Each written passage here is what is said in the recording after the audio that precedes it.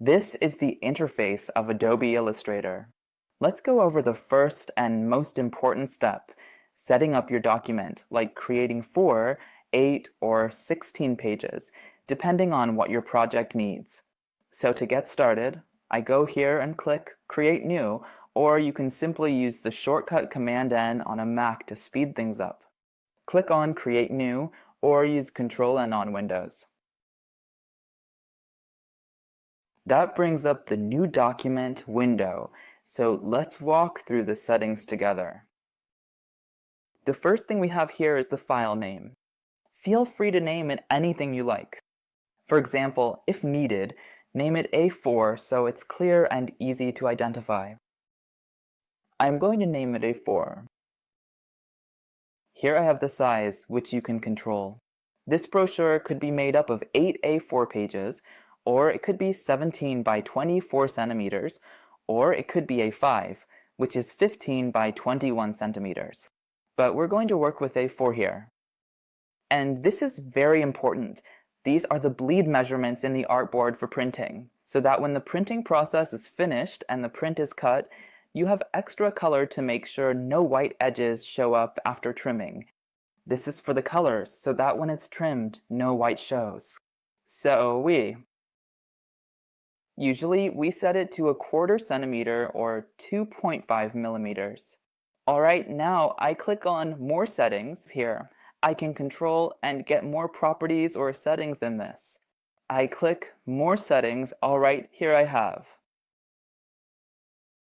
number of artboards, which are what we're going to work on. Now, how many do I want? I want 8 pages. 1, 2, 3, 4, 5, 6, 7, 8. Here are 8 pages.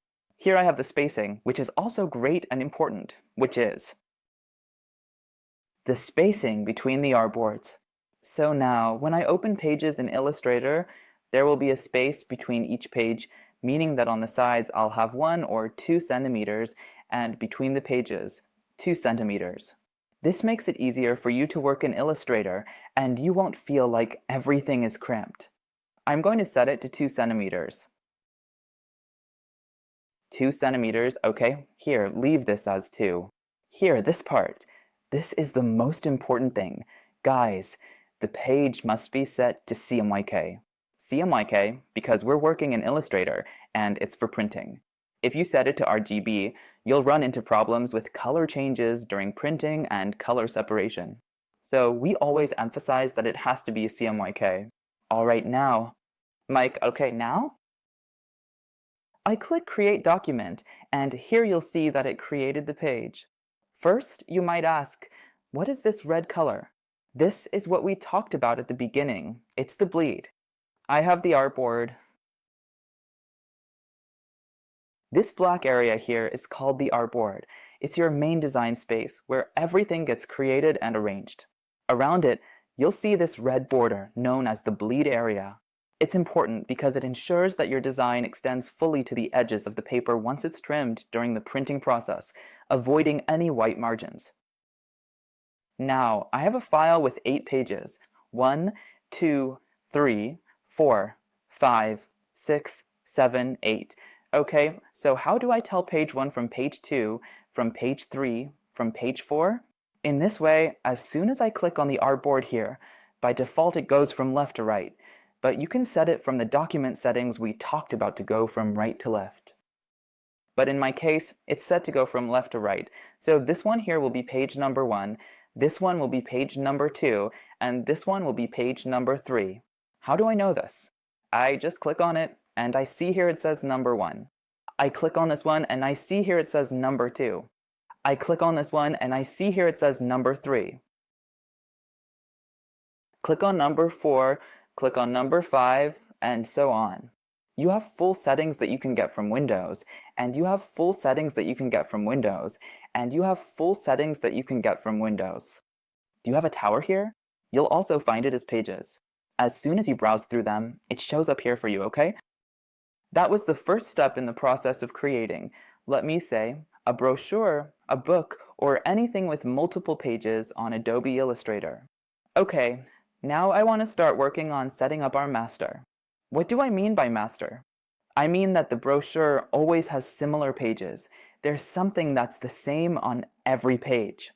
I've already prepared a template, of course. There are a lot of global websites where you can get, for free and legally, icons, images, and so on. I'll mention one of these sites, God willing, in the chapter, one of these sites that I'll show in the video. It's a very well-known global site that I personally use, and any designer can use it too. Later on, God willing, once you reach the professional level, you'll find that you'll want to subscribe to global sites like Shutterstock and others, where you pay to get resources. Step by step, you'll get to that international level. Now, I'm going to do Open, which is shortcut Command plus O or Control plus O, but I'll just go to File here to make it easier and select Open. As we said earlier, we've already carefully prepared the template that we want to work on. Now, I'm just going to open it up. There we go. I'll take the template I've prepared right now, and now we can move around and work with it however we want in Illustrator. Alright, now I've pasted it in, okay? We'll just work on one page, and I'll show you how we can duplicate all the pages here. Since it's not grouped, I'll group it using Command plus G. Now, to control the alignment, you can bring up the alignment panel from the window menu here, or you might find it elsewhere. I'll set it to Align to our board. Alright, now I'll click here to change the center alignment, and here you can add to the topic we discussed earlier, which is specifically the issue of bleed in the printing process. Now, this has become number 1, and I don't need to take it because I like to duplicate it so that the settings we applied stay exactly the same, since I'll be making a copy of it along with. And then I go to the Rotate tool, and as you can see, the Rotate tool here is actually flipped. So this way it rotates to the right, which means it works for me. Now guys, this is page 1 that I worked on, which will be, let's say, the start of the odd-numbered pages in this document. So, you could use this one too. Reflect to be repeated on top of each other on a book in pairs and individually or in a brochure. Sorry, in pairs and individually. Now I created the Reflect tool by pressing OK. Is that okay? Okay. Now this page, as we mentioned, is the individual page. If you notice, you will always find the odd pages underneath each other, meaning 1, 3, 5. 6, 7, sorry, 1, 3, 5, 7, exactly. No, you go all the way to the last one, which is 7. Okay, now why did I pay attention to the odd and even pages? Because now, this is page number 1. I can just take it like this, copy, Command plus C, or I can go here to edit and click copy. And I click here, guys. I click on the page that I want, the one I just took. Make sure you have page 1 selected before you copy. Then I click copy here. There, I copied it just like that. Now I go to add, I copy, then I come here again, click on the page, and do something called paste in front. So we bring it in with the same settings and the same dimensions on the same page. You can also use its shortcut, which is Command plus F. Alright, I click on it. I click on it here, and here again, as we said, its shortcut is Command plus F. Alright, one more time, Command plus F. Now, I take this to the even page, Control plus C or Command plus C, then I do F. And what do I do, guys? I do the move up and down, the move we did, I do a reflect.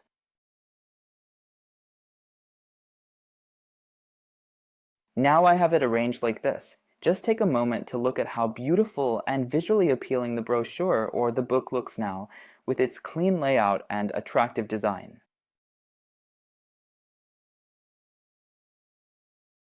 It looks amazing and really nice like this. In this design, or in this brochure, there's something important. We always use the first and last pages of the brochure. This is page number 1 here, and here I have page number 8. These are always, let's say, the cover of the brochure or the book, or what we call the cover of the brochure. So you might choose to exclude them. As I mentioned, it's up to you and depends on what the client is asking for. You work based on whether this is the cover, and this is the back cover, which is page number 8. But for us, let's keep it simple and work on this stage as we want to make things easier. Now we've finished step number 3, which is creating the master for the entire brochure. We set up the bleed, and we made the shapes you wanted. You can choose to exclude anything from the pages, that's up to you, depending on what's required or what you prefer. So, what step can we take now? For example, some brochures might have page numbers, and some brochures might not have page numbers at all. So, if you have a page number, let's say this is page 1 here, we made it a bit bigger like this. Okay. Let's assume this is page 1. For example, you can change the font to something nicer than this and put it here, or you can start numbering. In Illustrator, it's not like InDesign. InDesign numbers for you, you know, it automatically gives you the page numbers quickly.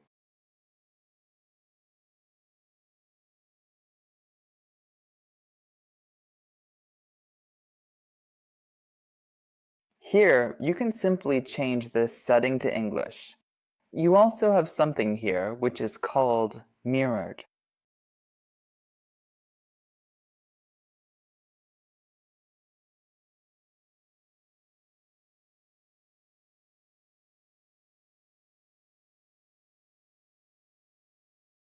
Honestly, I'm not ready right now to add numbers, but I just want to point out that if you want to put numbers on even and odd pages, you need to work this way.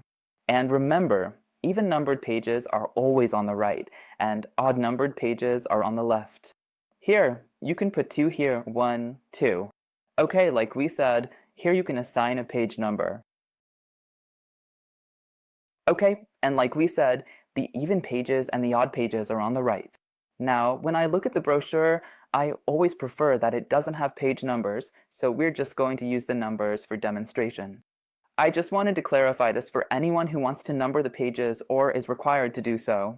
Now, I just noticed something important while I was working. Down here, I intentionally left it this way so I could come back and talk about the bleed issue. Down here, we haven't done it yet. Just make sure to apply the same method consistently across all your pages. Don't rush through it. Go one page at a time, carefully checking that the layout, formatting, or settings have been applied exactly as intended. This extra step helps maintain a clean, professional look across your entire project and ensures nothing gets missed along the way.